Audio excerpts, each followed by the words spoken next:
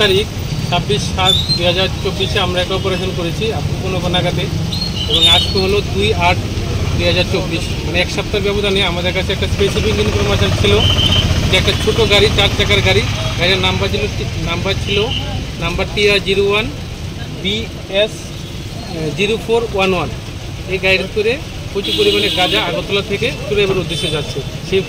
সেই খবরের ভিত্তিতে আমরা আমাদের সুর এবং আমাদের স্টাফ আমরা এঙ্গেজ করে রাখি।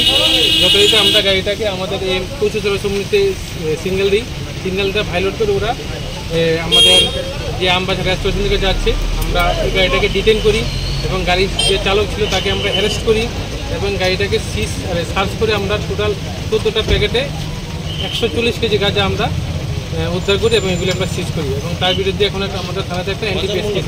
কালোবাজারি মূল্য কত? দেখুন, এগুলি তো আর আপনার খোলাবাজারে বিক্রি হয় না, কালোবাজারি এগুলো আপনার প্রায় 14 লক্ষ টাকার মতো হবে।